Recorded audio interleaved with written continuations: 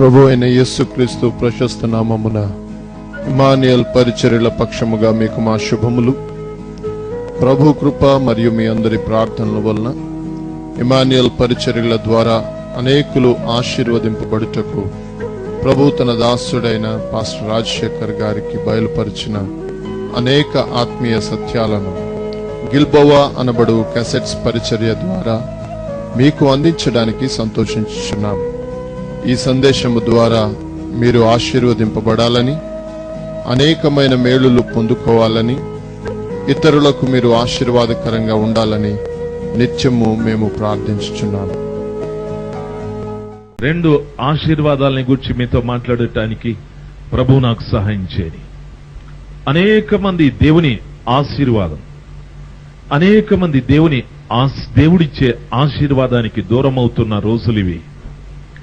ఆ కృపగల దేవుడు ఎప్పుడు కూడా ఒక వ్యక్తిని శాపంతో కాని, దారిద్ర్యంతో కాని, పేదరికంతో కాని, రోగముతో కాని ఉండి బాధపడాలి అనే ఆలోచన కలిగిన దేవుడు కానే కాదు. దేవుని వాక్యంలో చదువుకున్నట్లయితే దేవుడు నరులను యథార్థవంతులనుగా పుట్టించెను అని వాక్యం సెలవిస్తాది. పరిశుద్ధ గ్రంథంలో చదువుకున్నట్లయితే యథార్థవంతులకు ఆయన మేలు చేయు దేవుడని వాక్యం సెలవిస్తాది. పరిశుద్ధ గ్రంథంలో చదువుకున్నట్లయితే యథార్థవంతులను బలపరుచుటకై యెహోవా నేత్రము భూలోకమంతా సంచారము చేయుచున్నది అని వాక్యము సెలవిస్తాది. నరుని దేవుడు పుట్టించినప్పుడు యథార్థవంతునిగా పుట్టించాడు. వారెవరైనా కాని, హిందువు సహోదరులు కాని, ముస్లిం సహోదరులు కాని, క్రైస్తవ సహోదరులు కాని, ఎవరైనా కాని దేవుడు ప్రతి వారిని యథార్థవంతుల్నిగా పుట్టించాడు. ఆ యథార్థవంతులకు దేవుడు మేలు చేసే దేవుడు. ఆ యథార్థవంతులను బలపరచటానికి యెహోవా నేత్రము భూలోకమంతా కూడా సంచారం చేస్తూ ఉంది. ఈ రాత్రి ఈ స్థలంలో ఉన్న ప్రతి వారిని కూడా ఆయన బలపరచటానికి ఎవరు యథార్థవంతుడు అని ప్రభుల వారు చూస్తూ ఉన్నాడు. అందుకే దేవుని వాక్యం సెలవిస్తాది, ఆయన మంచి వారి మీద, చెడ్డవారి మీద తన కనుదృష్టిని ఉంచాడని. ప్రియ తల్లి, నా ప్రేమైన తల్లి, ఈ రీతిగా ప్రభు ప్రతి వారి పట్ల మేలు చేయటానికి, బలపరచటానికి ఇష్టపడిన దేవుడు. అయితే ఎందుకు మనం మేలు పొందలేదు? ఎందుకు మనం బలపరచబడడం లేదు? ఆర్థికంగా మనం బలపరచబడితే ఆధ్యాత్మికంగా బలహీనులైపోతూ ఉన్నాం. ఒకవేళ ఆరోగ్యంగా మనం ఉంటే ఆత్మీయ జీవితంలో బలహీనులైపోతున్నాం.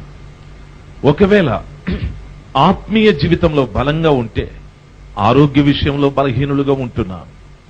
ఒక వ్యక్తి ఆత్మీయతలోను, ఆరోగ్యంలోను, ఆర్థికంగాను, ఆశ్రయం విషయంలోను, ఆహారం విషయంలోను సమృద్ధిగా తాను జీవించడానికి యోగ్యత లేని పరిస్థితులు ప్రతి ఒక్క వ్యక్తి కూడా అనుభవిస్తూ ఉన్న రోజులువి. నాకు డబ్బుందన్న వానికి ఆరోగ్యం లేదు, ఆరోగ్యం ఉందన్న వానికి ఆహారం లేదు, ఆహారం తినాలి అనుకున్న వాడికి ఆర్థిక సహాయం లేదు. ఇలాంటి కొదువలతో సమాజం బాధపడుతున్న రోజులివి. ఏం కారణం అని అడిగితే దేవుడు వారిని బలపరచటానికి సరైనటువంటి జీవితం వ్యక్తిలో లేని కారణాన ఆ కృపగల దేవుని యొక్క ఆశీర్వాదం మనుషుల్లోకి రాక ఆ రీతిగా ఇబ్బంది పడుతూ ఉన్న రోజులు. ఒక మనిషినికి సమాజం లేక ఒక మనిషినికి పరిపాలకులు, ఒక మనిషినికి దేశం చేసే సహాయం కంటే దేవుడు చేసే సహాయం గొప్పది. అందుకే పరిశుద్ధ గ్రంథమైన బైబిల్ ఒక చక్కటి మాట సెలవిస్తాది, మీరు నరులను ఆశ్రయించుట కంటే, రాజులను ఆశ్రయించుట కంటే యెహోవాను ఆశ్రయించుట మీకు మేలని వాక్యం సెలవిస్తాది.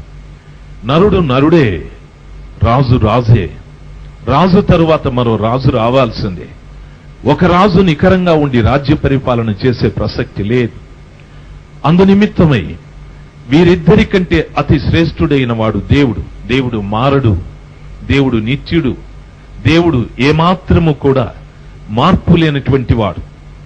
ఆ సర్వశక్తిమంతుడైన దేవుని మీద ఆశ్రయాన్ని కలిగి మనం జీవిస్తే ఖచ్చితంగా ఆ కృప కలిగినటువంటి దేవుడు ప్రియమైనటువంటి వాళ్ళరా మేలు చేస్తాడు. ప్రియ సహోదరి, ప్రియమైనటువంటి వాళ్ళరా, నన్ను బాగా గమనించవలసిన విషయం, సర్వశక్తిమంతుడైన దేవుని యొక్క దీవెన మనుషునికి లేని కారణాన ఎన్నో లోట్లు కలిగి జీవిస్తూ ఉన్నాడు. వాటిని పూరించగల శక్తి దేవునికి ఒక్కడికే ఉంది. ఈ రాత్రి సమయమందు పరిశుద్ధ గ్రంథంలో న్యాయాధిపతుల గ్రంథం 1వ అధ్యాయం 11వ వచనం నుండి 15వ వచనం వరకు, ఈ రాత్రి సమయమందు ఆదికాండం 24వ అధ్యాయం 63వ వచనం నుండి 67వ వచనం వరకు 2 ఆశీర్వాదాలని గురించి ప్రభు ఈ రాత్రి సమయమందు మనతో మాట్లాడింది. మొదటిది న్యాయాధిపతుల గ్రంథం 1వ అధ్యాయం 11వ వచనం నుండి 15వ వచనం వరకు. రెండవది ఆదికాండం 24వ అధ్యాయం 63వ వచనం నుండి 67వ వచనం వరకు. న్యాయాధిపతుల గ్రంథం. ప్రియమైనటువంటి వాళ్ళరా, ఈ స్థలంలో మనం గమనించినట్లయితే దారి తప్పి ప్రవర్తిస్తున్న ప్రజలను దేవుని యొక్క ధర్మ విధుల్లోనికి నడిపించడానికి న్యాయాధిపతులను దేవుడు పంపించాడు. న్యాయాధిపతులు ప్రజలకు న్యాయాధిపతులుగా ఉండి ఆ ఇజ్రాయేలుల ప్రజలు ధర్మం తప్పకుండా ప్రవర్తించటానికి వారిని నడిపిస్తూ వచ్చారు. ఆ దినములలో జరిగింది ఏమిటంటే, వాక్యములో ఈ రీతిగా చెప్పబడింది. యూదా వంశస్థులు యెరూషలేము పట్టణం మీదికి యుద్ధానికి వెళ్లి ఆ పట్టణాన్ని ఓడించి ఆ పట్టణాన్ని కాల్చిపడవేశారు. ఆ తరువాత మన్యములలోనూ అరణ్యాల్లో దాక్కున్నటువంటి కనానీయుల మీదికి యుద్ధానికి వెళ్లి యూదా వంశస్థులు వారిని ఓడిస్తూ ఆ భూభాగాలన్నీ కూడా స్వాధీనం చేసుకుంటూ వచ్చారు. అదే సమయంలో దెబీరు అని చెప్పబడిన ఒక ప్రాంతం, దానికి మారు పేరు కిరియత్సేఫేరు అనేటటువంటి పేరు కలిగిన ఆ ప్రాంతంలో అనాకీయులు ఉండేవారు. వారు చాలా ఎత్తరులు, వారు బలవంతులు. వారిని రాక్షసులు అని బైబిల్ నిఘంటువు పరిచయం చేస్తారు. అంత భయంకరమైన బలశాలులు వారు. ఆ పరిస్థితుల్లో ఉన్నప్పుడు ఒక శ్రేష్టమైనటువంటి కార్యం ఆ స్థలంలో జరిగాది. కాలేబు అనేటటువంటి ఆయన ఈ రీతిగా ప్రజలకు ప్రకటన చేశాడు. అయ్యలారా, ఆ కనానీయులను, ఆ దెబీరు అనేటటువంటి ప్రాంతంలో ఉన్న కనానీయులను, ఆ యొక్క వ్యక్తులను, అనాకీయులను ఎవరైతే జయిస్తారో, ఆ పట్టణాన్ని ఎవరైతే పట్టుకుంటారో వారికి నా కుమార్తెనిచ్చి వివాహము చేస్తాను అని కాలేబు ప్రకటన చేశాడు. ఆ సమయంలో కాలేబు తమ్ముడైన కనజు కుమారుడు ఒత్నియేలు అనేటటువంటి వ్యక్తి ఆ దెబీరు అనే ప్రాంతానికి వెళ్లి అనాకీయులను ఓడించి ఆ పట్టణాన్ని తాను పట్టుకున్నాడు. ఆ కారణాన కాలేబు తమ్ముడైన కనజు కుమారుడైన ఒత్నియేలుకి ఆ కాలేబు కుమార్తె అయిన ఆక్సాలునిచ్చి పెళ్లి చేశాడు.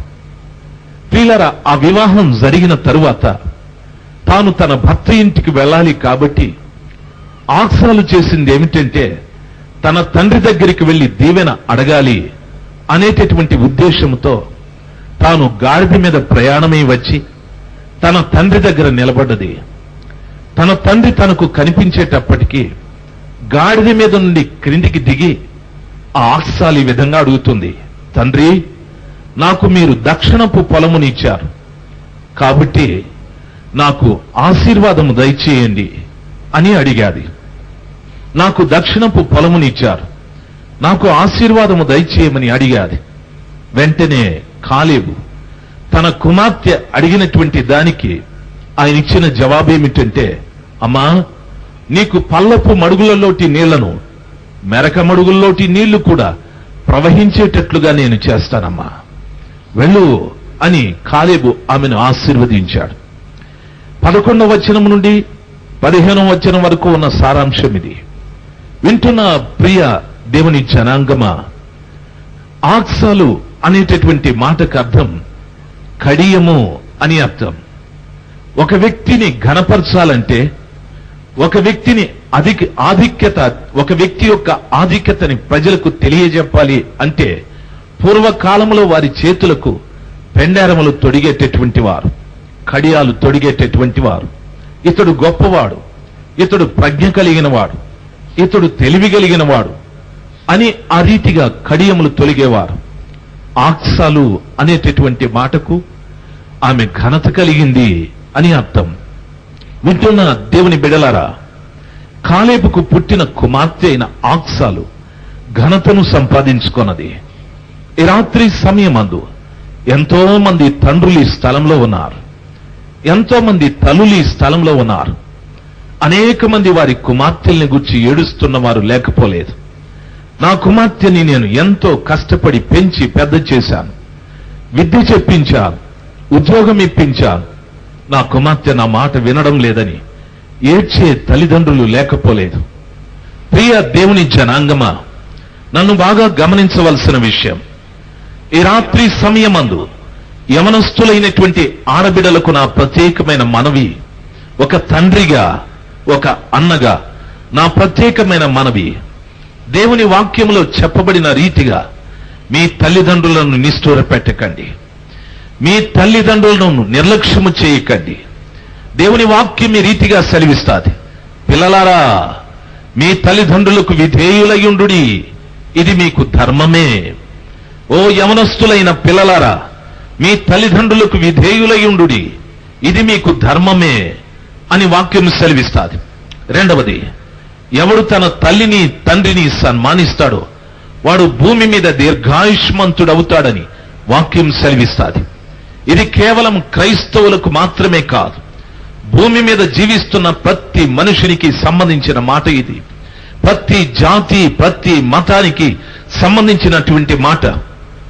దేవుని వాక్యములో సొలొమోను మహారాజు ఓ చక్కటి మాట అంటున్నాడు, ముదిమి కాలమందు నీ తల్లిని నిర్లక్ష్య పెట్టవద్దు, ముదిమి కాలమందు నీ తండ్రిని నిర్లక్ష్య పెట్టవద్దు అని వాక్యం సెలవిస్తాది. అనేక మంది తల్లిదండ్రులు కష్టపడి పిల్లల్ని పెద్ద చేస్తే పిల్లలు ప్రయోజకులైన తరువాత వృద్ధాప్యం వచ్చిన తల్లిదండ్రుల్ని నిర్లక్ష్యం చేస్తూ ఉంటారు.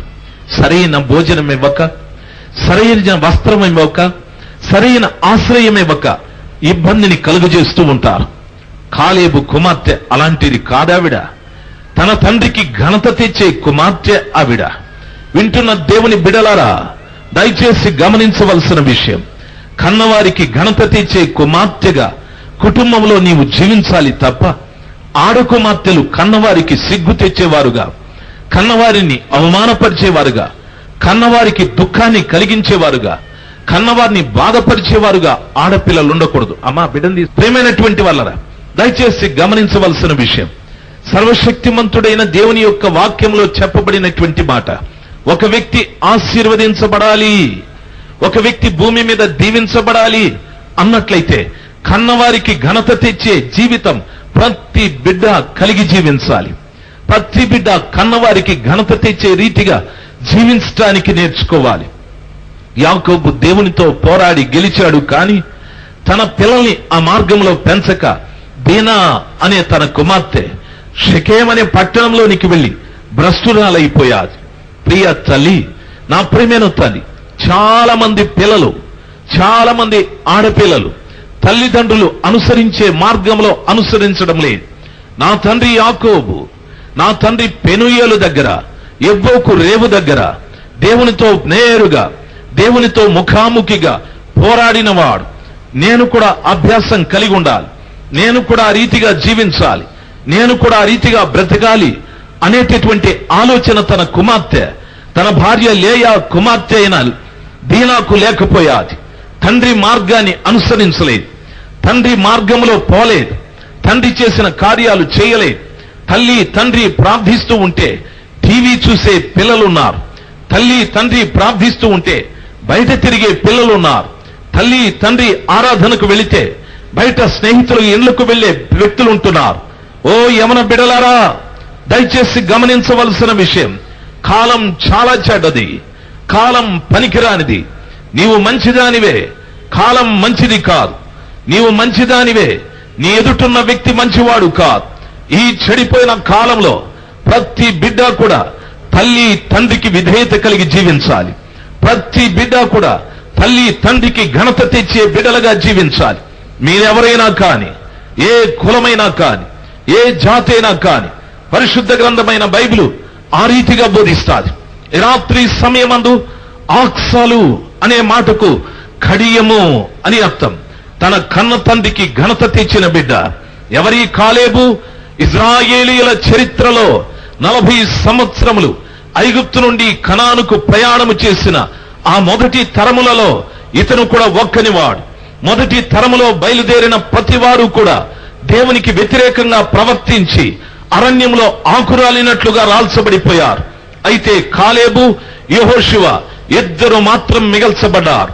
వారు ఈ విధంగా అంటున్నారు, మోషే మోషే ఐగుప్తులో మాకు ఏ బలముందో 40 సంవత్సరాల తరువాత కూడా అదే బలముంది, మా బలం తగ్గిపోలేదు. ఇదిగో ఎష్కోలు లోయకు వెళ్లి ఆ కనాను దేశం యొక్క పరిస్థితులను వేగు చూసి రావటానికి మేము వెళతాము అని చెప్పినటువంటి వారు. తండ్రి ఏ రీతిగా బ్రతికాడో కుమార్తె కూడా అదే రీతిగా, తండ్రి ఏ రీతిగా జీవించాడో కుమార్తె కూడా అదే రీతిగా. వింటున్న తల్లి, నా ప్రియమైన తండ్రి జీవించిన రీతిగా కుమార్తె జీవిస్తే ఏది చెడు కాలం ఎందుకు వస్తుంది? చెడు కార్యాలు ఎందుకు జరుగుతాయి? చెడు ప్రవర్తనలు ఎందుకు జరుగుతాయి? నన్ను బాగా గమనించవలసిన విషయం, కాలేబు జీవించిన రీతిగానే తన కుమార్తె కూడా జీవించారు. ఈ ఆక్సాలు యొక్క భర్త ఎవరు అని అడిగితే ఒత్నియేలు అని చెప్పబడింది. ఇతడు కాలేబు తమ్ముడైన కనజు కుమారుడని వాక్యం సెలవిస్తారు. ఒత్నియేలు అనగా దేవుని సింహము అని అర్థం. ప్రియమైన వాళ్ళరా, దేవుని సింహం ఎవరి? దేవుని సింహం చరిత్రగా కనజు కుమారుడు, ఆధ్యాత్మికంగా ఈ కాలేబు కనజు కుమారుడైన ఒత్నియేలు సర్వోన్నతుడైన క్రీస్తు ప్రభులవారు. అతడు దేవుని సింహమై ఉన్నాడు. పరిశుద్ధ గ్రంథంలో ఈ రీతిగా చెప్పబడింది, యేసు క్రీస్తు ప్రభులవారు యూదా గోత్రపు సింహమని వాక్యం సెలవిస్తారు.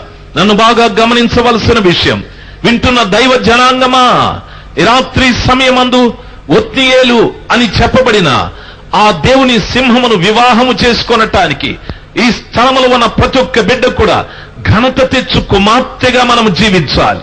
ఘనత తెచ్చే కుమార్తెగా మనము బ్రతకాలి. బాగా గమనించాల్సింది, ఎలాంటిది ఘనత అనే ఆలోచన మనకు రావచ్చు. ఆమె తన తండ్రి దగ్గరికి వెళ్ళినప్పుడు నడిచి వెళ్ళలేదు, ఒక వాహనం మీద వెళ్ళాది. ఆమె వెళ్ళిన వాహనం గాడిద మీద వెళ్ళాది. గాడిద మీద వెళ్ళి తన తండ్రిని చూసి గాడిద మీద నుండి క్రిందికి దిగింది అని వాక్యం సెలవిస్తాది. అది గౌరవమా, లేక తండ్రిని గౌరవించడమా, లేక ఏదది సభ్యత? కానే కాదు. ప్రియులరా, ఒత్నియేలును వివాహము చేసుకొనటానికి దేవుని సింహమని చెప్పబడిన యేసు క్రీస్తు ప్రభుల వారిని వివాహము చేసుకొనటానికి ఆమె దిగినట్టుగా మనము దిగాలి. అనగా దాని అర్థం ఆమె తండ్రికి ఘనత తెచ్చేదే కాని ఎక్కిన వాహనం మంచిది కాదు, ఆమె ప్రయాణం చేసిన వాహనం మంచిది కాదు. ప్రియులరా, ఈ గాడిదకు కొన్ని ప్రత్యేకమైన స్వభావాలు ఉన్నాయి. గాడిదకున్న స్వభావం ఏమిటి అనే ఆలోచన మీరు అడిగితే, మొట్టమొదటిది, దాని ఎదురుగా పచ్చగడ్డి కనిపిస్తున్నా అది ఆ పచ్చగడ్డి తినదు. ఏ గోడ మీద ఉన్న పేపర్లను, ఏ చెత్తపుట్టలో పడవేసిన పేపర్లను తింటూ ఉంటాది. దాని అర్థం ఏమిటో తెలుసా? ఈనాటి మనుషులు కూడా తినాల్సిన దానికి ఎన్నో పదార్థాలున్నా తినకూడని వాటిని తింటూ ఉన్నారు. ఆరోగ్యం చెడగొట్టుకుంటున్నారు, ఆయుష్ని తగ్గించుకుంటున్నారు. వారిని బట్టి వారి పిల్లల భవిష్యత్తును పాడు చేసుకుంటున్నారు. గాడిదకున్న మొదటి స్వభావం, తినాల్సింది తినదు, తినకూడంది తింటూ ఉంటాది. మానవలోకమా, ఈ రాత్రి సమయమందు ఒత్నియేలని చెప్పబడిన దేవుని సింహమును, యేసుక్రీస్తు ప్రభుల వారిని మనము పెళ్లి భార్యలు కావాలంటే, మనతో ఆయనకు మంచి సంబంధం ఏర్పడాలంటే నీవు తినవలసింది తినాలి, తినకూడంది తినకూడదు, తాగకూడంది తాగకూడదు, చెయ్యకూడంది చెయ్యకూడదు, వెళ్ళకూడని స్థలములకు వెళ్ళకూడదు, మాట్లాడకూడని మాటలు మాట్లాడకూడదు, ప్రత్యేకంగా ఉండాలి. గాడిద స్వభావం తినకూడంది తాను తింటూ ఉంది. తాను పశువులాగా ప్రవర్తించడం లేదు. రెండవది, తాము మనుషుల్లాగా ప్రవర్తించడం లేదు. ప్రియమైన వాళ్ళరా, మనుషుల వలె ఆలోచించడం లేదు. ఏది తినాలి, ఏది తినకూడదు, ఏది తాగాలి, ఏది తాగకూడదు, ఏది చేయాలి, ఏది చేయకూడదు, ఏది మాట్లాడాలి, ఏది మాట్లాడకూడదు అనే ఇంగిత జ్ఞానం నశించి మనిషి పశువు అయిపోయాడు. మనిషి పశువు వలె, ప్రియమైన వాళ్ళరా, ఇంగిత జ్ఞానం లేకుండా ప్రవర్తిస్తూ ఉన్నాడు. ఈ రాత్రి సమయమందు నీవు నేను ఆలోచించవలసింది, ఆశీర్వాదం లేకపోవటానికి గల కారణం, దేవునితో ఒక వ్యక్తికి సంబంధం లేకపోవటానికి గల కారణం, దేవుని యొక్క ఆశీర్వాదాలు ఒక వ్యక్తి మీద, ఒక కుటుంబం మీద, ఒక దేశం మీద రాకపోవటానికి గల కారణం, మనుషుడు ఇంగిత జ్ఞానం నశించి తినకూడని తినడం ద్వారా, వెళ్ళకూడని స్థలములకు వెళ్ళుట ద్వారా, చేయకూడని కార్యాలు చేయుట ద్వారా దేవుని ఆశీర్వాదాన్ని పోగొట్టుకుంటూ ఉన్నాడు. నీవెవరివైనా సరే, నీ దేశం ఏదైనా సరే, నీ కులం ఏదైనా సరే, దేవుని యొక్క ఆశీర్వాదం ఒక వ్యక్తికి కావాలంటే మొట్టమొదటిదిగా ఈ ఇంగిత జ్ఞానాన్ని కలిగి నీవు జీవించాలి. రెండవది, గాడిద స్వభావం ఏమిటి అని అడిగితే దానికి పరధ్యానం ఎక్కువ. అది భూమి మీదే ఉంది, దానికి పరధ్యానం ఎక్కువ. మధ్య రోడ్లో నిలబడి ఉంటారు. అది, దాని భార్య, దాని పిల్లలు, దాని స్నేహితులు అందరూ మధ్య రోడ్లో నిలబడి ఉంటారు. మంచి ట్రాఫిక్ ఉంటారు, బస్సులు వస్తూ ఉంటాయి, లారీలు వస్తూ ఉంటాయి, కదలవు. ఏదో ఆలోచన చేసి పెద్ద షిప్ మునిగిపోయిన ఒక బిజినెస్ వ్యక్తిలాగా ఆలోచన చేస్తూ నిలబడి ఉంటాయి. పరధ్యానం ఎక్కువ. ప్రియులారా, గమనించవలసిన విషయం, ఈ రోజుల్లో కూడా మనుషులకు పరధ్యానం ఎక్కువ. ఎవరేం చెప్తున్నారో వినడం లేదు, ఎందుకు చెప్తున్నారో గ్రహించడం లేదు, ఎవరేం చేయమన్నారో చేయడం లేదు. పరధ్యానం ఎక్కువ. ఏం చెప్పారు అని అడుగుతున్నారు, ఏం చేయమన్నారు అని అడుగుతూ ఉన్నారు. పరధ్యానం ఎక్కువ. వింటున్న దేవుని బిడలారా, రాత్రి సమయమందు దేవుని మాటలు మనం వింటున్నాం. మన ఆలోచనలు ఎక్కడో ఉన్నాయి, మన ధ్యాస ఎక్కడో ఉంది, మన తలంపులు ఏవేవో పుడుతున్నాయి.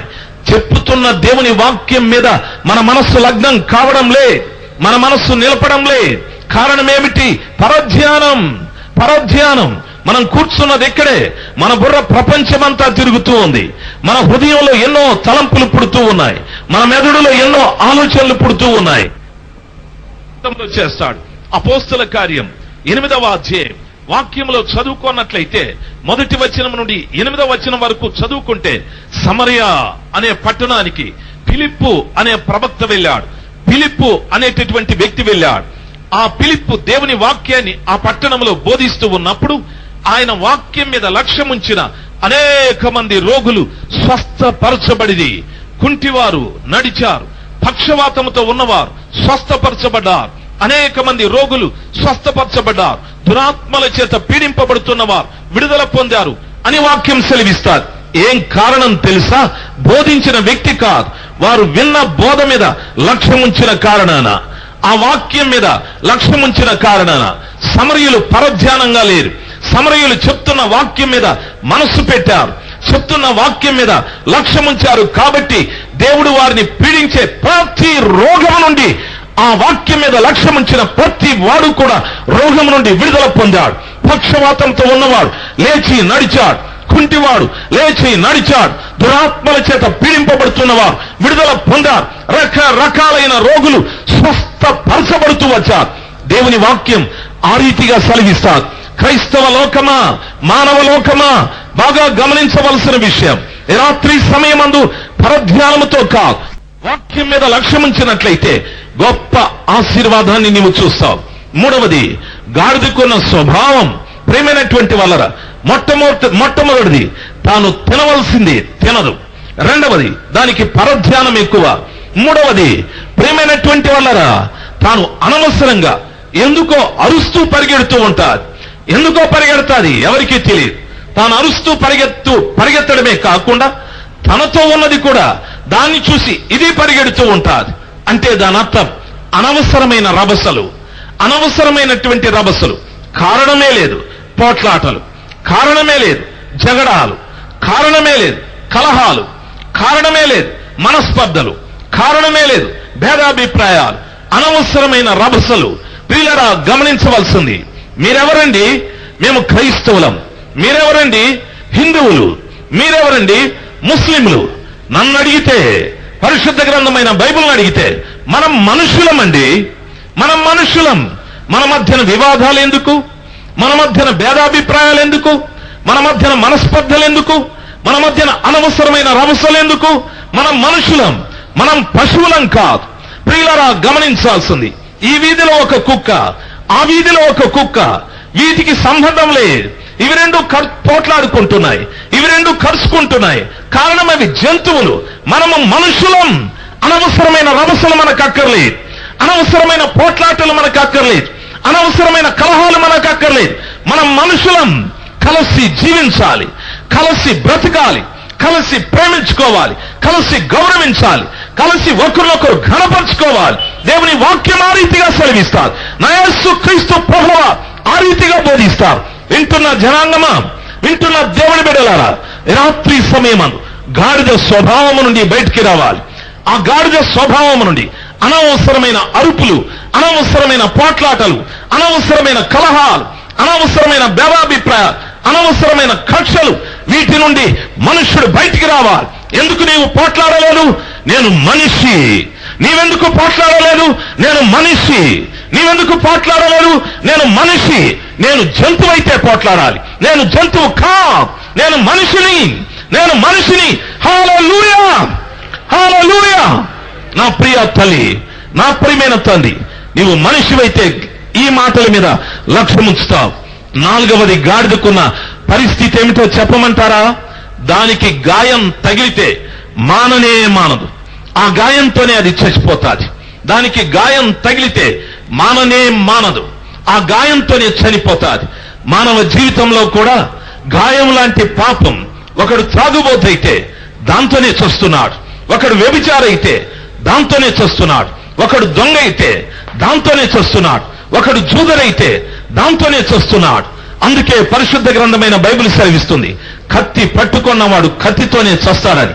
వింటున్న సహోదరి, వింటున్న సహోదరుడా, నీ జీవితంలో ఉన్న పాపం ఒక గాయం లాంటిది, గాడిదకు తగిలిన గాయం లాంటిది. ఆ గాయం మానదు, ఆ గాయం పూర్తిగా దాన్ని చంపేటంత వరకు గాడిదని విడిచిపెట్టదు. ఈ కాలేబు కుమార్తె అయిన ఆక్సాలు ఘనత కలిగిందే కాని ఎక్కిన వాహనం మంచిది కాదు, ఎక్కిన వాహనం మంచిది కాదు. దేవుని వాక్యం సెలవిస్తాది, ఆక్సాలు తన తండ్రిని చూసిన తరువాత ఆమె క్రిందికి దిగింది, ఆమె క్రిందికి దిగింది. రాత్రి సమయమందు ఆశీర్వాదం కావలసిన ప్రతి బిడ్డ ఈ గాడిద స్వభావాల నుండి క్రిందికి దిగాలి, ఈ గాడిద స్వభావాల నుండి క్రిందికి దిగిపోవాలి. వింటున్న దేవుని బిడ్డలారా, ఇప్పుడు తన తండ్రి అయిన కాలేబుతో అంటుంది, ఏమంటుందో తెలుసా? తండ్రి, మీరు దక్షిణపు పొలం ఇచ్చారు, నన్ను ఆశీర్వదించండి. ఏమిటి ఆ దక్షిణపు పొలము? ప్రేమైనటువంటి వాళ్ళరా, ఎందుకు కాలేబు కుమార్తె పొలమును గురించి మాట్లాడుతూ ఉంది? అనవసరమైంది. పరిశుద్ధ గ్రంథంలో ఏమీ రాయబడలేదు. దక్షిణపు పొలం అంటే ప్రియమైన వాళ్ళరా, ఉత్తరపు పొలము కూడా ఉండాలి. ఉత్తరపు పొలం అంటే తూర్పు పొలము, పడమట పొలం కూడా ఉండాలి. ఆ స్త్రీ మాట్లాడిన మాట ప్రకారంగా దక్షిణపు పొలం అంది. అయితే ఉత్తరపు పొలం ఏమిటి అనే ఆలోచన మనకు రావచ్చు. దావీదు రాసిన కీర్తనలు 48వ అధ్యాయం 2వ వచనంలో చదువుకున్నట్లయితే, ఉత్తరాన సియోను పర్వతం మీద మహారాజు పట్టణమున్నది, అది భూమి మీద సకల జనులకు సంతోషమును కలుగజేయును అని వాక్యం సెలవిస్తాది. ఉత్తరాన మహారాజు పట్టణమైన సియోను పర్వతమున్నది, సియోను పర్వతం మీద మహారాజు పట్టణమున్నది, భూమి మీద సకల జనులకు సంతోషాన్ని కలుగజేస్తుందని వాక్యం సెలవిస్తాది. ప్రియులారా, ఈ రాత్రి గమనించవలసిన విషయం, ఉత్తరాన దేవుని పట్టణం ఉంది, ఉత్తరాన సియోను పర్వతం ఉంది. భూమి మీద ఉన్న ప్రతి వారికి అది సంతోషాన్ని కలుగజేస్తాది. అయితే ఒక సంఘం వారు ఈ రీతిగా మాట్లాడతారు, సియోను మాదే, సియోనుకు మేమే వెళతామని. వారి వాదన లేక వారి మాటలు ఈ వాక్యము ద్వారా తప్పని నేను చెప్తున్నాను. భూమి మీద ఉన్న ప్రతి వారికి కూడా సియోను సంతోషం కలిగించేదే, కానీ ప్రత్యేకంగా ఒక జనాంగానికి కాదు, ఒక జనాంగానికి మాత్రమే కాదు. మేము పెళ్లి చేసుకోలేదు గనుక మేము సియోనుకు వెళతామంటారు. అది తప్పుడండి, అది మీ అభిప్రాయం తప్పు. దేవుని వాక్యం సెలవిస్తాది, అందరికీ సంతోషాన్ని కలిగిస్తుందని. ఉత్తరాన దేవుని పట్టణం ఉంది, ఉత్తరాన దేవుని యొక్క పట్టణం ఉంది. ఉత్తరానికి ఎదురుగా ఉన్నదే దక్షిణం. దాని అర్థం ఏమిటో తెలుసా? దక్షిణపు పొలం అనగా ఉత్తరానికి సంబంధించినటువంటి కార్యాలే దక్షిణంలో కూడా ఉండాలి అనగా దాని అర్థం పరలోకానికి సంబంధించింది భూమి మీద ఏముంది అని అడిగితే సంఘం ఉంది. ఈ భూమి మీద పరలోకాన్ని గురించి తెలియజెప్పేది, పరలోకాన్ని గురించి వివరించేది, పరలోకాన్ని గురించి ప్రజలకు తెలియబర్చేది సంఘమే. కాబట్టి దక్షిణపు పొలము సంఘము అని అర్థం. కాలేబు తన కుమార్తెకి ఏమిచ్చాడో తెలుసా? దక్షిణపు పొలం, సంఘం ఇచ్చాడు. వింటున్న తండ్రులారా, వింటున్న తల్లులారా, మీ పిల్లలకు వివాహం చేసేటప్పుడు, మీ పిల్లల్ని చదివించేటప్పుడు చాలా డబ్బులు ఖర్చు చేస్తున్నారు. దయచేసి చేయండి, తల్లిదండ్రుల బాధ్యత అది. దయచేసి చేయండి. అయితే మీ పిల్లలకు దక్షిణపు పొలము కూడా ఇవ్వాలి, సంఘం కూడా ఇవ్వాలి. వారు ఆధ్యాత్మికమైన జీవితంలో ఎదగటానికి, భక్తి మార్గంలో జీవించటానికి ప్రతి తండ్రి, ప్రతి తల్లి వారి బిడ్డలకు సంఘాన్ని బహూకరించాలి. సంఘం, ఒక ఆత్మీయమైన సంఘంలో నీ బిడ్డ పెరిగేటట్టు చూడాలి, నీ బిడ్డ ఎదిగేటట్టు చూడాలి, నీ బిడ్డ జీవించేటట్టు చూడాలి. నీ బిడ్డకు సంఘ సహవాసం లేకపోతే ప్రయోజనం లేదు. అప్పుడు కాలేబు ఏమన్నాడో తెలుసా? గాడిద మీద నుండి కింద దిగిన ఆక్సాలతో, అమ్మా, పల్లపు మడుగుల నీళ్ళని, మెరక మడుగుల్లోటి నీళ్లను కూడా ఆ భూమిలోకి ప్రవహింపచేస్తాను అంటే దాని అర్థం గాడిద స్వభావాన్ని విడిచిపెట్టి దక్షిణపు పొలములో సంఘములో ఉన్న ఆక్సాలకు తండ్రి ఆశీర్వాదం ఎలాగంటున్నాడు తెలుసా? మెరక మడుగుల్లోటి నీళ్లు, పల్లపు మడుగుల్లోటి నీళ్లు ఆ భూమిలోకి ప్రవహిస్తాయి. నీవు ఫలాన్ని పండించుకో, నీవు ఆశీర్వదించబడు అని అన్నాడు. పల్లపు మడుగులు, మెరక మడుగులు అంటే ఎత్తైన స్థలంలో నుండి ఆ పొలంలోకి నీళ్లు వస్తాయి, తక్కువైన స్థలంలో నుండి కూడా నీళ్లు వస్తాయమ్మా. రెండు వైపులా నీళ్లు ప్రవహిస్తాయి, నీ భూమి సక్రమంగా పండుతుంది అని తండ్రి చెప్పాడు. ఏదండి ఎత్తైన స్థలంలో వచ్చే నీళ్లు, క్రింది స్థలంలో నుండి ప్రవహించే నీళ్లు ఏమిటి అనే ఆలోచన మనకు రావచ్చు.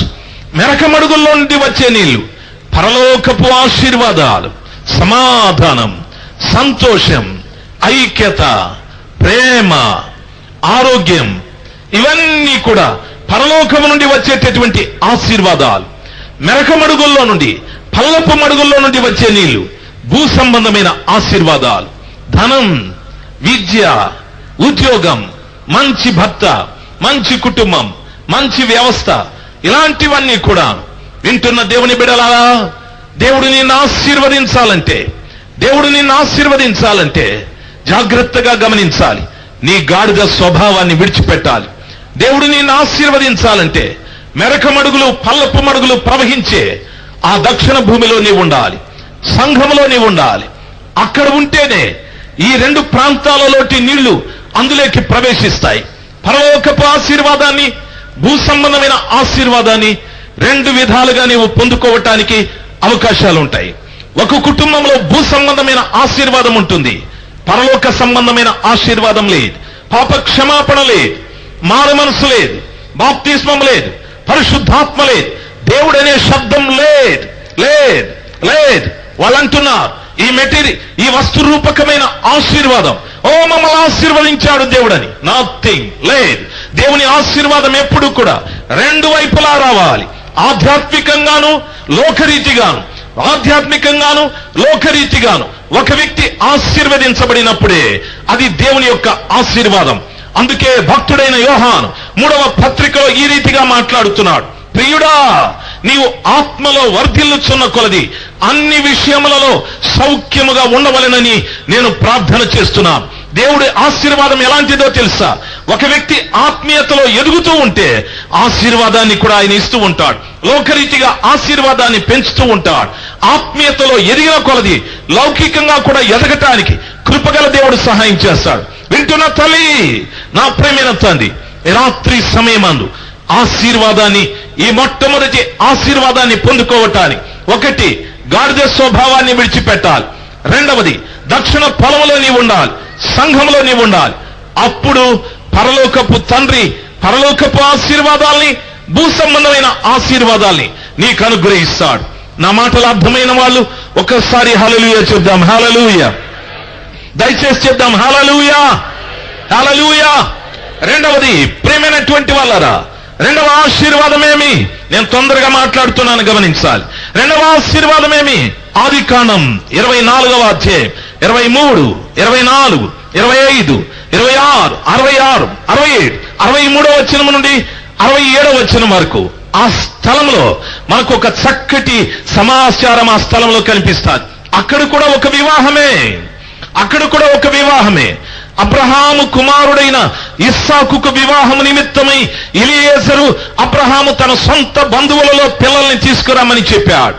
ఎలియేజరు వెళ్లి అబ్రహాము యొక్క సొంత బంధువులలో పెళ్లి కుమార్తెను వెతకడం ప్రారంభించాడు. ఆమె పేరు రిబ్కా, ఆ తల్లి పేరు రిబ్కా, ఆమె తండ్రి పేరు బెతూయేలు, ఆమె అన్నగారి పేరు లాబాన్. ప్రియమైనటువంటి వాళ్ళరా, బాగా గమనించవలసిన విషయం, ఎలియేజరు ఆ కుటుంబంలోకి వెళ్ళి అడుగుతున్నాడు. ఏమని అడుగుతున్నాడో తెలుసా? నా యజమాని అబ్రహాముకు ఒక కుమారుడున్నాడు, అతని పేరు ఇస్సాకు. అతడు చాలా అందగాడు, 30 సంవత్సరముల ఈడు కలిగిన వాడు. అతనికో పెళ్లి కుమార్తె కావాలి. మీ ఇంట్లో ఎవరైనా పెళ్లి కుమార్తె ఉన్నదా? మధ్యదారిలోనే పరిచయం చేసుకున్న రిబ్కాని గుర్చి రిబ్కా కుటుంబంలో, బెతూయేలు కుటుంబంలో ఈ రీతిగా మాట్లాడుతూ ఉన్నాడు. బెతూయేలు అన్యుడు, బెతూయేలు యెహోవాని ఎరగనటువంటి వ్యక్తి, బెతూయేలు అన్యుడు. ఆయన అన్య జనాంగానికి సంబంధించిన వ్యక్తి, అన్యాచారములను పాటించేటటువంటి వాడు. అయినా అబ్రహాము కుమారునికి ఆ స్థలంలో పెళ్లి భార్య నిమిత్తమై విచారణ జరుగుతూ ఉంది. ప్రియమైన వాళ్ళరా, వాళ్ళ ఇంట్లో ఉన్న రిబ్కా విషయమై అతడు తెలుసుకున్న తరువాత ఆమె అతనితో రావటానికి ఇష్టపడ్డది. నన్ను బాగా గమనించాలి. పెళ్లి కుమారుని చూడలేదు, పెళ్లి కుమారుడు ఎలాగున్నాడో తాను గమనించలేదు. ఆ ఎలియేజరు చెప్పిన మాటల్ని బట్టి రిబ్కా ఇష్టపడది. ప్రియులారా, నన్ను బాగా గమనించవలసిన విషయం, రిబ్కా ఎలియేజరుతో పాటు ఒంటెల మీద ఎక్కి ఆమె ప్రయాణమై ఆ అబ్రహాము కుమారుడైన ఇస్సాకును వివాహం చేసుకోవటానికి ప్రయాణమై వస్తూ ఉంది. నన్ను బాగా గమనించాలి. ఇది రెండవ ఆశీర్వాదం. ఎలియేజరు ఆమెకి అబ్రహాము కుమారుడైన ఇస్సాకును గురించి చాలా వివరంగా చెప్పాడు. ఆమె కేవలం అతని మాటల మీద నమ్మకం ఉంచి ఒంటి మీద ప్రయాణమై వస్తూ ఉంది. కొంత దూరం వచ్చిన తరువాత ఇస్సాకు గూర్చి ఈ విధంగా రాయబడింది. ఆ ఇస్సాకు తన ఇంటి నుండి బయలుదేరి పొలంలో తాను ధ్యానించడానికి వచ్చి అటు ఇటు తిరుగుతూ ఆ కన్నులెత్తి చూసినప్పుడు ఆ ఒంటెలు రావడం, ఒంటె మీద ఒకరు కూర్చొని రావడం, ఇవన్నీ కూడా గమనించాడు. ఇస్సాకు ధ్యానం చేసుకోవటానికి పొలంలోకి వచ్చాడని వాక్యం సెలవిస్తాది. నన్ను బాగా గమనించవలసిన విషయం, వింటున్న దైవ జనాంగమా, ధ్యానం చేసుకుంటున్న ఇస్సాకు ఆ స్థలంలో చూసినప్పుడు, కన్నులెత్తి చూసినప్పుడు ఒంటెల మీద వస్తున్నటువంటి రిబ్కాను గమనించాడు. రిబ్కా అడుగుతూ ఉంది, ఆ పొలంలో అటు ఇటు తిరుగుతున్న వ్యక్తి ఎవరని? ఎలియేజరు చెప్తున్నాడు, అతడే నా యజమాని కుమారుడు, అతడే నిన్ను వివాహం ఆడటానికి సిద్ధంగా ఉన్నటువంటి ఇస్సాకు అని చెప్పాడు. ఆమె ఎప్పుడైతే ఎలియేజరు మాటలు విన్నదో వెంటనే ఒంటె మీద నుండి క్రిందికి దిగి, వాక్యం ఆ రీతిగా సెలవిస్తాడు, ఒంటె మీద నుండి క్రిందికి దిగి తన ముఖం మీద ముసుగు వేసుకున్నది అని వాక్యం సెలవిస్తాడు. ఇస్సాకు ఆ రిబ్కా ఎలియేజర్ల దగ్గరికి వచ్చారు. ఎలియేజరు రిబ్కా కుటుంబం దగ్గరికి జరిగిన సమాచారం అంతా కూడా ఇస్సాకుకు చెప్పాడు. ఆ స్థలంలో ఏం రాయబడిందంటే, ఇస్సాకు రిబ్కాను తీసుకుని తన తల్లి గుడారమైన షారా గుడారంలోనికి తీసుకువెళ్ళాను. రెండవది, ఆ స్థలంలో ఏం రాయబడిందంటే అతడు ఆమెని పరిగ్రహించి, మూడవది ఏమి రాయబడిందంటే ఆమెను వివాహము చేసుకొని, నాలుగవది ఏమి రాయబడిందంటే ఆమెను ప్రేమించాను. మొదట పెళ్లి చేసుకునే భార్యని తన తల్లి గుడారంలోకి తీసుకువెళ్ళాడు. రెండవది, ఆమెను పరిగ్రహించాడు, ఆమెను ఒప్పుకొన్నాడు. మూడవది, ఆమెను వివాహం చేసుకున్నాడు. నాలుగవది, ఆమెను ప్రేమించాడని 67వ వచనంలో రాయబడింది. ఈనాటి వివాహాలు ప్రేమ ముందుకొచ్చేసింది, రివర్స్. ఈనాటి వివాహాలు ప్రేమ ముందుకొచ్చేశాయి. ప్రేమైనటువంటి వల్లరా, ఎందుకు తల్లి గుడారంలోకి మొదట తీసుకురావాలి? ఈమె బెతూయేలు కుమార్తె, ఆమె ఆచారాలు వేరు, ఆమె సాంప్రదాయాలు వేరు, ఆమె పద్ధతులు వేరు, ఆమె పరిస్థితులు వేరు, ఆమె దేవుడు వేరు, ఆమె ఆరాధన వేరు, అన్ని వేరు. కాబట్టి మొదట తల్లి గుడారంలోకి తీసుకొచ్చాడు. తన సాంప్రదాయం ఏమిటో, తన పరిస్థితులేమిటో, తన ఆచారం ఏమిటో, తన పద్ధతులేమిటో తన భార్య తెలుసుకోవాలి. ప్రియులారా, దానికి అనుకూలంగా మార్చబడ్డ రిబ్కాని తాను పరిగ్రహించాడు, ఒప్పుకున్నాడు. ఎస్, నేను చేసుకుంటాను అనుకున్నాడు, వివాహం చేసుకున్నాడు, తరువాత తాను ప్రేమించాడని వాక్యం సెలవిస్తాడు. నేను తిరిగి ముందుకు వెళుతున్నాను, బాగా గమనించాలి. ఇస్సాకు పొలంలో ధ్యానిస్తున్నాడు, దూరాన ఒంటెల మీద రిబ్కా బయలుదేరి వస్తుందని వాక్యం సెలవిస్తాది. ఇస్సాకుని ఎప్పుడైతే తాను చూసి ఎవరా పొలంలో తిరుగుతున్నది అని అడిగాదో, ఆ ఎలియాజర్ అంటున్నాడు, ఇతడేనమ్మా నా యజమాని కుమారుడు ఇస్సాకు అని చెప్పగానే ఒంటె మీద నుండి క్రిందికి దిగాది. ఏం ఒంటె మీదనే ఉండకూడదు? ఎందుకు ఒంటె మీదనే ఉండకూడదు? ఇస్సాకు వెళ్ళి ఆమెను దించుకోలేడా? లేక ఇస్సాకు దిగమని చెప్తే దిగకూడదా? ఆ మాట వింటూనే ఎందుకు ఒంటె మీద నుండి దిగాలి? నన్ను బాగా గమనించవలసిన విషయం ప్రియులారా, రెండవ ఆశీర్వాదాన్ని గురించి మాట్లాడుతూ ఉన్నాను. ఇస్సాకు అనున్నటువంటి మాటకు అతడు నవ్వెను అని అర్థం. రిబ్కా అనున్నటువంటి మాటకు ఉచ్చుతాడు అని అర్థం. ప్రియులారా, బాగా గమనించాలి. ఒంటి మీద ప్రయాణమే వస్తున్నది ఉచ్చుతాడు, పొలములో ధ్యానం చేస్తున్నది అతడు నవ్వెను అని.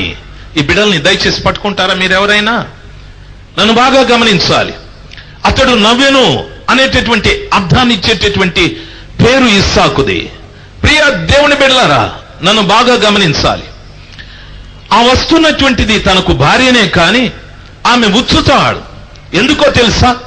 బెతుయేలు కుటుంబంలో నుండి వస్తూ ఉంది. బెతుయేలు కుటుంబంలో నుండి వచ్చే ఆమె ఎక్కిన వాహనం ఎలాంటిదో తెలుసా? అపవిత్రమైనది. ఒంటె అపవిత్రమైనది.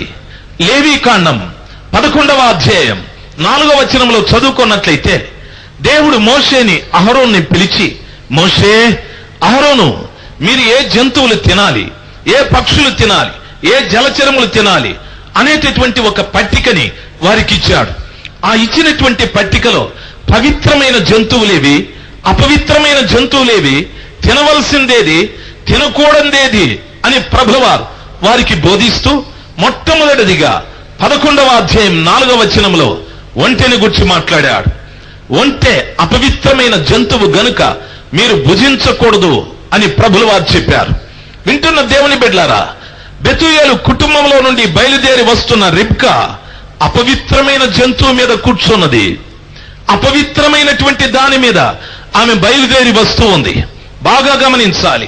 తానెక్కిన వాహనం, తాను చేస్తున్న ప్రయాణం అపవిత్రతతో ఆమె ప్రయాణం చేస్తూ వస్తుంది. ఎప్పుడైతే ఆమె ఒంటి మీద నుండి క్రిందికి దిగాదో అందుకు ఇస్సాకుకు నవ్వు పుట్టాది. కారణం ఏమిటో తెలుసా? అపవిత్రత నుండి బయటపడ్డది, అపవిత్రత నుండి క్రిందికి దిగేశాది. ప్రియులారా, అపవిత్రత నుండి క్రిందికి దిగేశాది. నన్ను బాగా గమనించాలి. ఎవరి ఇస్సాకు? ఆధ్యాత్మికంగా నజరేయుడైన యేసుక్రీస్తు ప్రభువారు. ఎవరా? అబ్రహాము. ఆధ్యాత్మికంగా పరలోకపు తండ్రి అయిన యెహోవా. ఎవరి? రిబ్కా. ఇస్సాకు పెళ్లాడబోనటువంటి సంఘమై ఉన్నది. ప్రియులారా, గమనించవలసిన సమాచారం. ఈ సంఘం ఎక్కడి నుండి బయలుదేరాదో తెలుసా? బెతుయేలు కుటుంబంలో నుండి. ఒకప్పుడు మనము దేవుణ్ణి ఎరగని వారం, ఒకప్పుడు మనము దేవునికి దూరస్తులం, ఒకప్పుడు మనము ఇశ్రాయేలీయులతో సహపౌరసత్వం లేకుండా జీవిస్తున్న వారం. సజీవుడైన దేవుణ్ణి, శక్తిమంతుడైన దేవుణ్ణి, సర్వోన్నతుడైన దేవుణ్ణి ప్రాకే పురుగుల్లో, చతుష్పాద జంతువుల్లో, చెట్లలో, పుట్టలలో వెతికినటువంటి వారం. అలాంటి నిర్దేవుళ్ళుగా బ్రతుకుతున్న మనల్ని ప్రభుల వారు వెతికాడు.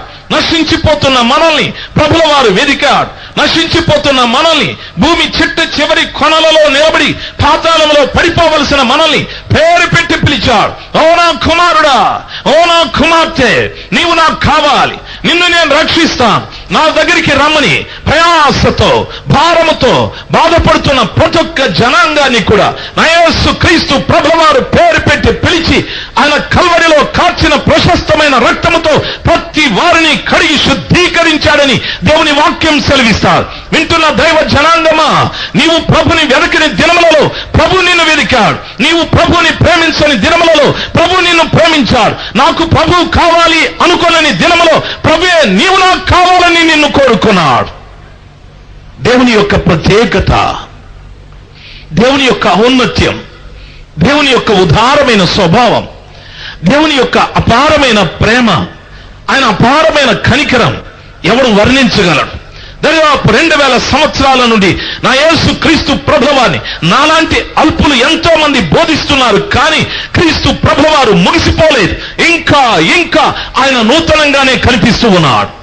వింటున్న తల్లి, నా ప్రియమైన తండ్రి, రిబ్కా బెతూయేలు కుటుంబంలో నుండి వచ్చిన రీతిగా సంఘం ఈ రోజున ఆ పనికిరాని స్థితిలో నుండి, పనికిరాని జీవితంలో నుండి బయటికి వచ్చినదే. అయినా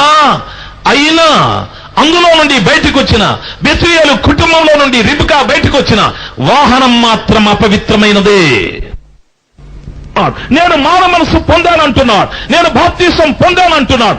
ఎక్కిన వాహనం మాత్రం అపవిత్రమైనదే. ప్రతి సంఘం అపవిత్రం మీద ప్రయాణమే వస్తూ ఉంది. ప్రతి సంఘం కూడా. నా ప్రియ తల్లి, నా ప్రియమైన తండ్రి, పొలంలో ఉన్న ఇస్సాకును చూసిన వెంటనే అపవిత్రమైన జంతువు మీద నుండి క్రిందికి రిబ్కమ్మ దిగాది. ఆ ఉచ్చుతాడు వదిలించుకొన్నది. తన తండ్రి ఇంటిలో తనకు ఉచ్చుగా ఉన్నటువంటి ప్రతి అపవిత్రమైన ఆరాధన, క్రియలు, ఆచారాలు, సాంప్రదాయాలు అన్ని కూడా వదిలిపెట్టి క్రిందికి దిగేశాది. సంఘమా, మానవలోకమా, రాత్రి సమయమందు దేవుడితో ఒక ప్రత్యేకమైన సంబంధం నీకు కావాలంటే అపవిత్రమైన దాని నుండి క్రిందికి దిగాలి. ఎందుకో తెలుసా? నా దేవుడు పరిశుద్ధుడు, ఆయన రాజ్యం పరిశుద్ధమైనది, ఆయన వాక్యం పరిశుద్ధమైనది, ఆయన సంఘం కూడా పరిశుద్ధంగా ఉండాలి. హల్లెలూయా, హల్లెలూయా, హల్లెలూయా. ఆయన రాజ్యం పరిశుద్ధమైనది, ఆయన పరిశుద్ధమైన వాడు. దేవుని వాక్యం సెలవిస్తారు, నేను పరిశుద్ధుడను గనుక మీరును పరిశుద్ధులయ్యుండుడి. మిమ్మల్ని పిలిచినది పరిశుద్ధులుగా ఉండుటకే కాని అపరిశుద్ధులుగా ఉండటానికి కాదు. మిమ్మల్ని పిలిచింది, నన్ను బాగా గమనించాలి, మిమ్మల్ని పిలిచినది నా యేసు ప్రభుల వారు అంటున్నారు, మిమ్మల్ని పిలిచినది పరిశుద్ధులుగా ఉండటానికి కానీ అపరిశుద్ధులుగా ఉండటానికి కాదు. మిమ్మల్ని పిలిచింది మతాలు మార్చుకోవటానికి కాదు, మిమ్మల్ని పిలిచింది కులాలు మార్చుకోవటానికి కాదు, మిమ్మల్ని పిలిచింది జాతులు మార్చటానికి కాదు, మిమ్మల్ని పిలిచింది పేర్లు మార్చటానికి కాదు, మిమ్మల్ని పిలిచింది పరిశుద్ధులుగా ఉండటానికే. హల్లెలూయా, హల్లెలూయా. అనేక మంది అంటున్నారు క్రైస్తవులు మత మార్పిడి చేస్తున్నారు. లేదు, నా యేసు క్రీస్తు ప్రభువారు అంటున్నారు, మిమ్మల్ని పిలిచింది పరిశుద్ధులుగా ఉండటానికి కానీ మతాలు మార్చడానికి కాదని దేవుని వాక్యం ఆ రీతిగా సెలవిస్తుంది. నా యేసు ప్రభువారు మాట్లాడిన మాట నా వింటున్న తల్లి, నా ప్రేమైన తండ్రి, పరిశుద్ధులుగా ఉండటానికి ప్రభు పిలిచాడు, కానీ మతాలు మార్చడానికి కానే కాదు. ఎవరైనా మతాలు మార్చుకోవాలనుకుంటే వెళ్ళి ఎక్కడైనా మార్చుకోండి. క్రైస్తవం అలాంటిది కాదు. ఒక వ్యక్తిని పరిశుద్ధినిగా చేసే ఆ గొప్ప కృప యేసు ప్రభుల వారికి ఉంది. ఆ గొప్ప ఉద్దేశంతో ప్రభుల వారు పిలుస్తున్నారు. ఆయన ఏ విధంగా పిలిచాడో తెలుసా? ప్రయాసపడి భారము మోసుకుంటున్న సమస్తమైన వారులారా, సూర్యుని క్రింద భూమికి పైన నివసిస్తున్న సమస్తమైన వారులారా, నా దగ్గరికి రండి, నేను మీకు విశ్రాంతి కలుగజేస్తాను. మీ జీవితంలో విశ్రాంతి లేదు, మీ జీవితంలో రోగాలు, మీ జీవితంలో పాపం, మీ జీవితంలో అసమాధానం, మీ జీవితంలో అనైక్యత, మీ జీవితంలో ప్రేమ లేదు, మీ జీవితంలో ఏమాత్రం సంతోషం లేదు. నా దగ్గరికి రండి, నేను మీకు విశ్రాంతి కలుగజేస్తాను. ఎవరు ఈ మాట చెప్పారు? నా యేసు ఒక్కడే. భూమి మీద ఎంతో మంది పుట్టారు, చచ్చారు, బతుకున్న నా యేసు క్రీస్తు ప్రభుల వారు ఒక్కడే ఈ మాట మాట్లాడుతున్నాడు. వింటున్న తల్లి, వింటున్న నా ప్రియమైన తల్లి, పరిశుద్ధ గ్రంథమైన బైబిల్ ఆ రీతిగా బోధిస్తుంది, ఆ రీతిగా చెప్తూ ఉంది. దిగాలి. దేవునితో ఒక వ్యక్తికి సంబంధం కావాలంటే ఆ ఒంటె అని చెప్పబడిన అపవిత్రత నుండి క్రిందికి దిగాలి. అపవిత్రత నుండి క్రిందికి దిగాలి. అనేక పూజలు, పురస్కారాలు మనం చేయొచ్చు. ప్రియులారా, దేవునితో మనకు సంబంధం లేదు. అనేక మంది ప్రార్థనలు చేయొచ్చు, దేవునితో సరైన సంబంధం లేదు. కారణం, అపవిత్రత నుండి క్రిందికి దిగలేదు. నీవు దిగలేదు. ఏ రాత్రి సమయమందు ఎవరు అపవిత్రత నుండి క్రిందికి దిగుతారో వారిని చూసి ఇస్సాకు నవ్వుతాడు. వారిని చూసి దేవుడు నవ్వుతాడు. ఇస్సాకు అను మాటకు అతడు నవ్వెను. ఎందుకు నవ్వాడో తెలుసా? ఉచ్చుతాడుతో తన దగ్గరికి వచ్చినటువంటి బెతూయేలు కుమార్తె అయిన రిబ్కా, అపవిత్రమైనటువంటి దాని మీద ప్రయాణమై వచ్చినటువంటి బెతూయేలు కుమార్తె అయిన రిబ్కా, లాబాను సహోదరి అయిన రిబ్కా, ఆ ఉచ్చుతాడు నుండి అపవిత్రత నుండి క్రిందికి దిగాది. నాకు భార్య కావటానికి ఆమె అపవిత్రతని విడిచిపెట్టాది. హల్లెలూయా, హల్లెలూయా. దేవుడు చూసి నిన్ను నవ్వాలంటే, దేవుడు చూసి సంతోషించాలంటే నీ అపవిత్రత నుండి క్రిందికి దిగాలి తల్లి. నీ అపవిత్రత నుండి క్రిందికి దిగాలి. అంతేకాని నా ప్రియమైన తండ్రి, మనం చేసే పనికిరాని పనులు చేసుకుంటూ దేవుడా నన్ను కాపాడు, దేవుడా నన్ను స్వస్థపరచు, దేవుడా నా పిల్లల్ని దీవించు, దేవుడా నన్ను అభివృద్ధి చేయి, దేవుడా నన్ను దీవించు. ఒక్కనాటికి పాపిని ప్రభు ప్రేమిస్తాడు, కానీ పాపాన్ని ప్రభు ప్రేమించడండి. పాపాన్ని ప్రభు ప్రేమించేవాడు కాదు. నీ అపవిత్రత నుండి ఈరోజు దిగాలి. ఎందుకో తెలుసా? ఇంతవరకు సహోదరులు బాలరాజు గారు చెప్తూ ఒక మాట అన్నాడు, మనం పరలోకానికి వెళితే ఆ స్థలంలో ఎప్పుడు దేవుని స్తుతించే కార్యక్రమంలో మనం ఉంటాం. అందుకే ప్రభు ఒక మాట అన్నాడు, మీరు రాజులైన యాజక సమూహం అని చెప్పాడు. మీరు ప్రత్యేకించబడిన వారు. పరలోకానికి వెళ్ళిన ప్రతి బిడ్డ యాజకుడుగా మార్చబడిపోతాడు. దేవుని ఎప్పుడు స్తుతిస్తాడు. ప్రవక్త యెషయా అంటున్నాడు, ఏమంటున్నాడు తెలుసా? నాకు దర్శనం కలిగాది. ఆ దర్శనంలో నేను చూశాను, అక్కడ కెరూబులున్నాయి.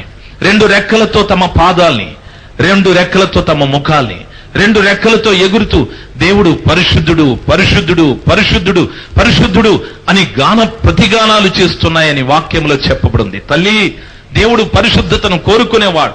ఆ దేవదూతలు చూసినప్పుడు యేసు ప్రభుల వారిలో ఏమీ కనిపించలేదు, కేవలం పరిశుద్ధత, కేవలం పరిశుద్ధత. హల్లెలూయా, హల్లెలూయా, హల్లెలూయా. కేవలం పరిశుద్ధత. నా యేసు ప్రభుల వారు పరిశుద్ధతను కోరుకునే దేవుడు. దేవుని వాక్యం సెలవిస్తుంది, పరిశుద్ధత లేకుండా ఎవ్వరూ దేవుణ్ణి చూడలేరు. ఈ సంఘంలో చేరితే పరలోకానికి వెళతాము, ఆ సంఘంలో చేరితే పరలోకానికి వెళతాము. ఓ, ఈ బోధకుడు ఫుల్ వైట్ డ్రెస్, ఆ బోధకుడు ఫుల్ బ్లాక్ డ్రెస్, ఈ బోధకుడు ఫుల్ ఆఫ్ అండ్ బ్లాక్, ఆఫ్ అది ఆఫ్ ఇది, ఈయన్ని వెంబడిస్తే నో, దట్ ఈస్ ఇంపాసిబుల్.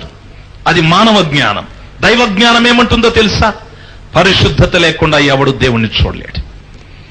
వ్యక్తిగతంగా నీవు పరీక్ష చేసుకో. ఏ సంఘ వ్యక్తివో నీవో, నీలో పరిశుద్ధత ఉందో లేదో చూడు. నా దేవుని గురించి వాక్యం సెలవిస్తాది, ఆయన పరిశుద్ధుడు, ఆయన వాక్యం పరిశుద్ధమైనది, ఆయన రాజ్యం పరిశుద్ధమైనది, ఆయన సంఘం కూడా పరిశుద్ధంగా ఉండాలి. పరిశుద్ధత లేకుండా ఎవ్వరూ దేవుణ్ణి చూడలేరు. పరిశుద్ధత లేకుండా ఎవరు దేవుణ్ణి చూడలేరు. ఆమేన్ చెప్పండి. హల్లెలూయా, ఆమేన్, హల్లెలూయా. Hosanna,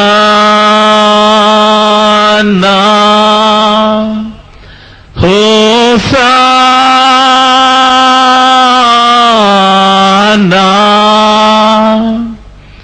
in the highest.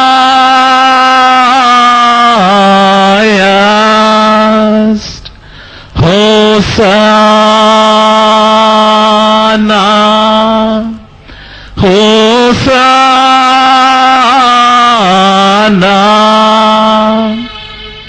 in the highest.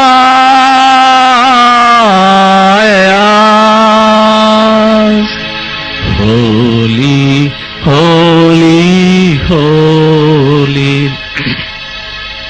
Lord of power and might. Holy, holy, holy Lord, God of power and might. Heaven and earth are filled with thy glory. Holy, holy, holy Lord, God of power and might.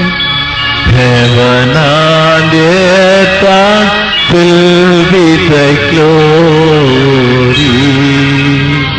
Hosanna,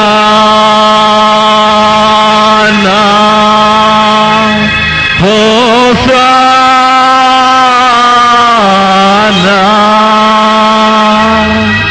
in the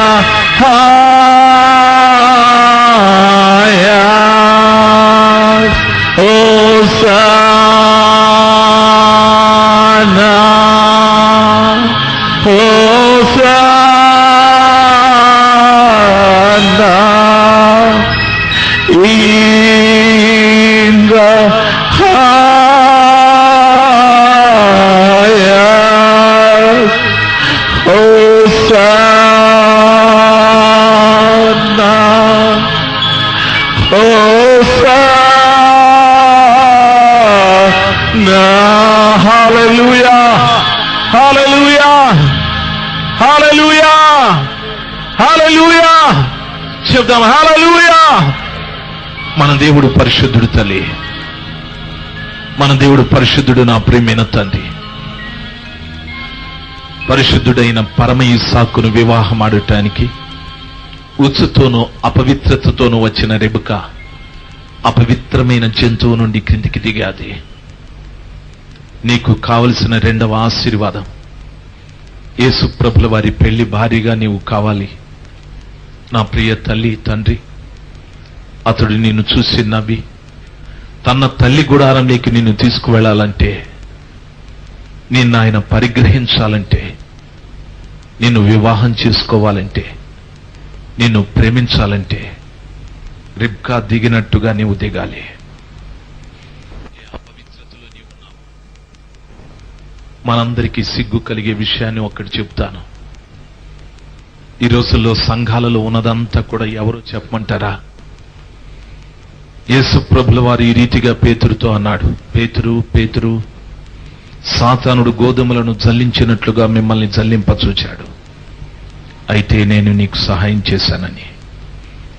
సాతానుడి చేతిలో జల్లెడు ఉంది. దేవుని వాక్యంలో లూకా సువార్తలో ఏం రాయబడిందో తెలుసా? ఆయన చేట ఆయన చేతిలో ఉంది. యేసు ప్రభుల వారి చేతిలో చేట ఉంది, సాతానుడి చేతిలో జల్లెడు ఉంది. చేటకు జల్లెడుకు చాలా వ్యత్యాసం ఉంది. చేటకున్న పని తూర్పారబెట్టే పని. చేటలో విత్తనాలు తీసుకుని తూర్పారబెట్టేటప్పుడు గట్టి విత్తనాలు కింద పడి చెత్త దూరంగా వెళ్ళిపోతుంది, పొట్టు దూరంగా వెళతాది, చేట తూర్పారబడుతుంది. జల్లెడ ఆ విధంగా కాదు. పడిన గట్టి గింజలన్నింటినీ కూడా జల్లెళ్ళకి వేసుకొని జల్లిస్తుంది. ఆ జల్లించేటప్పుడు చిన్న చిన్న మొక్కలన్నీ కింద పడిపోతాయి, గట్టి గింజలన్నీ మధ్యలో ఉంటాయి, దాని మీద చెత్త తిరుగుతూ ఉంటుంది. జల్లెడ జల్లించేటప్పుడు చెత్త పైన తిరుగుతూ ఉంటుంది, గట్టి గింజలు చెత్త కింద ఉంటాయి. సాతానుడి చేతుల్లోకి ఈరోజు సంఘాలు వెళ్ళిపోయాయి. సాతానుడు సంఘాల్లోకి వెళ్ళిపోయి చెత్తను పైన పెట్టాడు, గట్టి గింజలను కింద పెట్టాడు. మంచి మంచి భక్తి పరులందరూ కూడా చెత్త కింద ఉండిపోయారు. ఈనాడు సంఘ పెద్దలు చెత్త, తాగుబోతులు, దేవుని డబ్బు తినేసేవాళ్ళు, భయంకరమైన పాపం చేసేవాళ్ళు, అబద్ధాలు చెప్పేవారు, మోసాలు చేసేవారు. చెత్త పైన నిలబడిపోయాది సంఘం మీద. ఈ చెత్త పరిపాలన చేయడం ప్రారంభించాది ఈ రోజుల్లో. ఈ చెత్త మీద నిలబడి గట్టి గింజల్ని అణిచివేస్తూ ఉంది. గట్టి గింజలు నాకెందుకన్నట్టుగా, మంచి భక్తిపరులు, విశ్వాసులు నాకెందుకన్నట్టుగా నిశ్శబ్దంగా ఉండిపోయారు. వింటున్న దేవుని జనాంగమా, మీకు అర్థమయ్యాదనుకుంటాను నేటి సంఘాల పరిస్థితి. దేవుని వాక్యం సెలవిస్తాది, ఆయన పొలంలోకొచ్చేశాడు.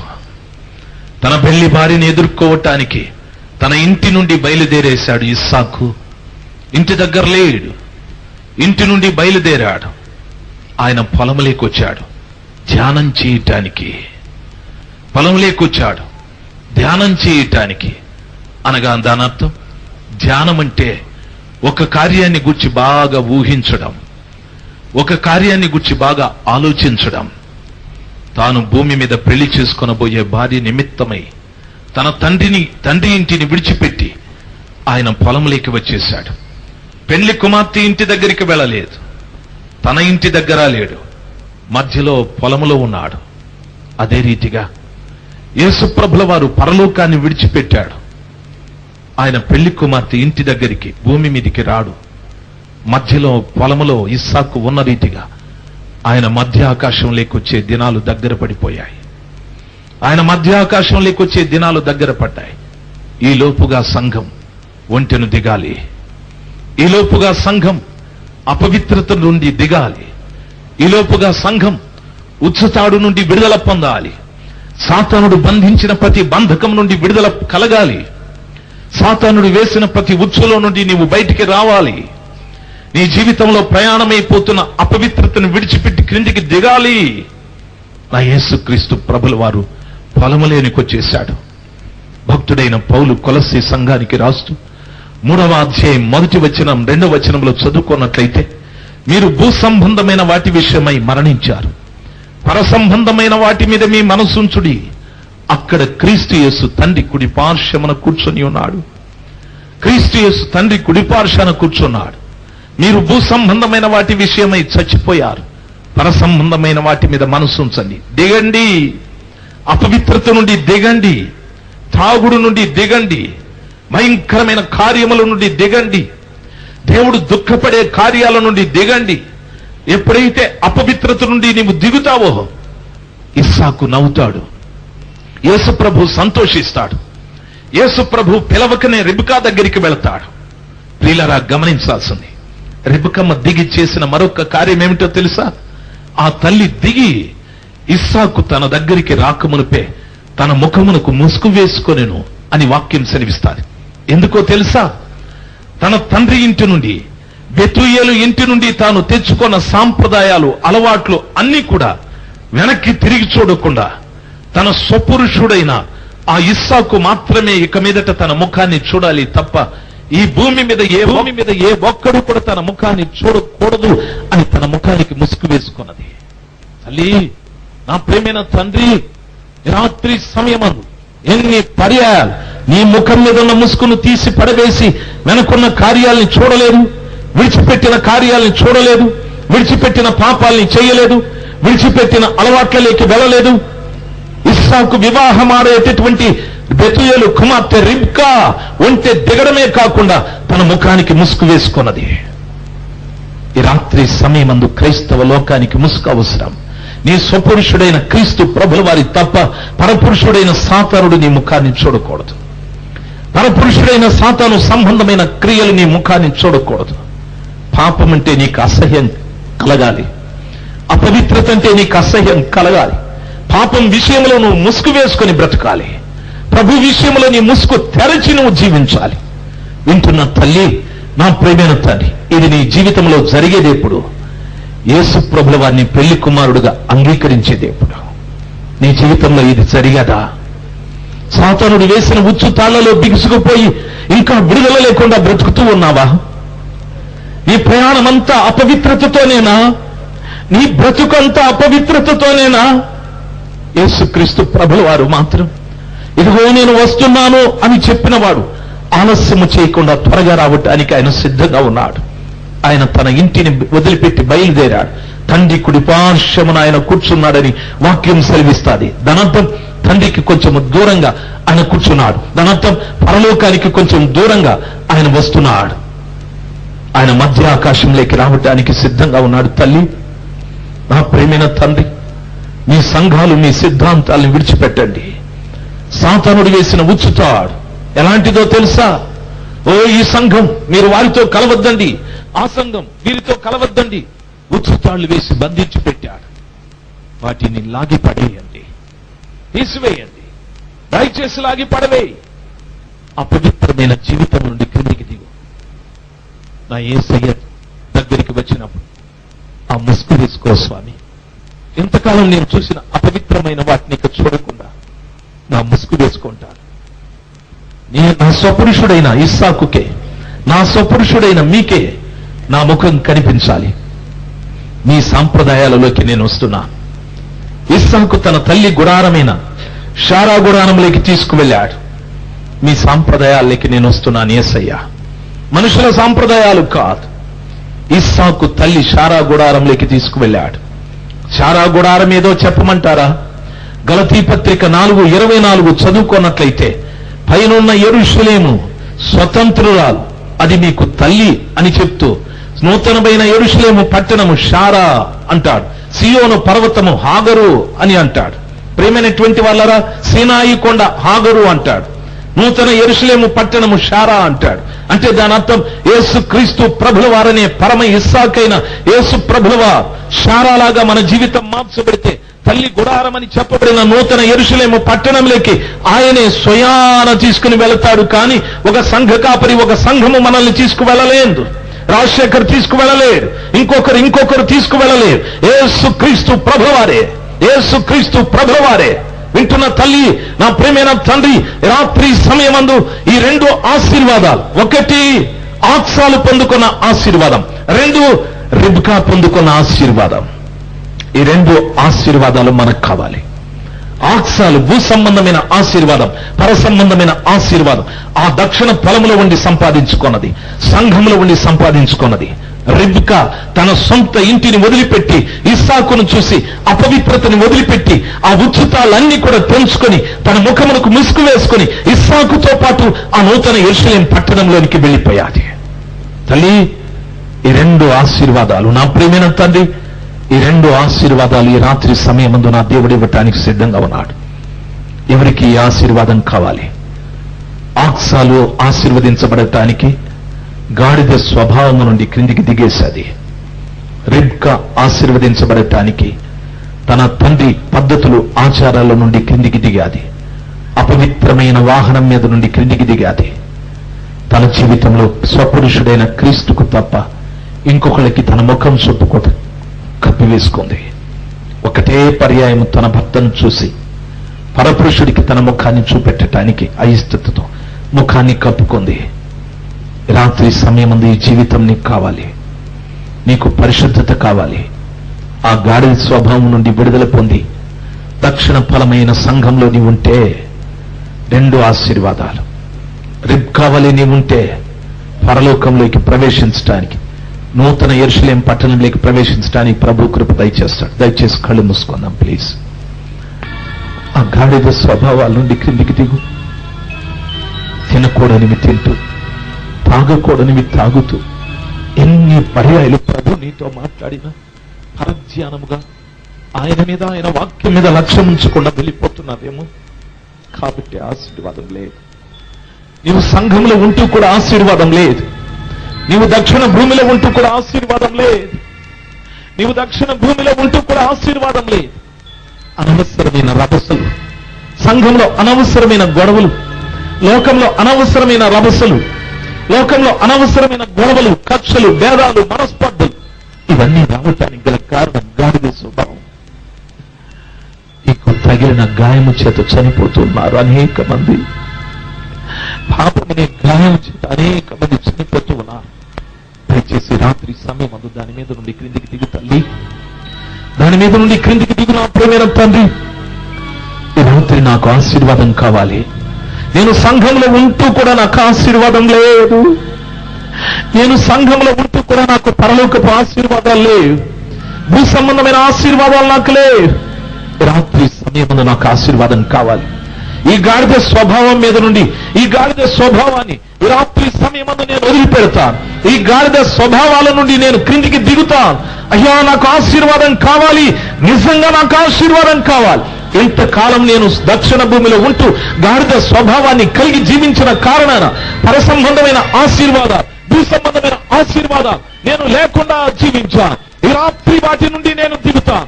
ఈ రాత్రి ఆ గాడిద స్వభావాన్ని నేను విడిచిపెడతాను. నాకు ఆశీర్వాదం కావాలి. నా కొరకు ప్రార్థించమని తల్లి, తండ్రి నెమ్మదిగా ప్రభు సన్నిధానంలో లేచి నిలబడదాం. నిజంగా నాకు ఆశీర్వాదం కావాలి. ఈ గాడిద స్వభావాల్ని నిజంగా నేను వదిలిపెడతాను. నిజంగా వదిలిపెడతాను. ప్రభు వాక్యం మీద లక్ష్యం ఉంచుతాను. ప్రభు మీద నేను లక్ష్యం ఉంచుతాను. ఆ పరధ్యానపు జీవితాన్ని నేను వదిలిపెడతాను.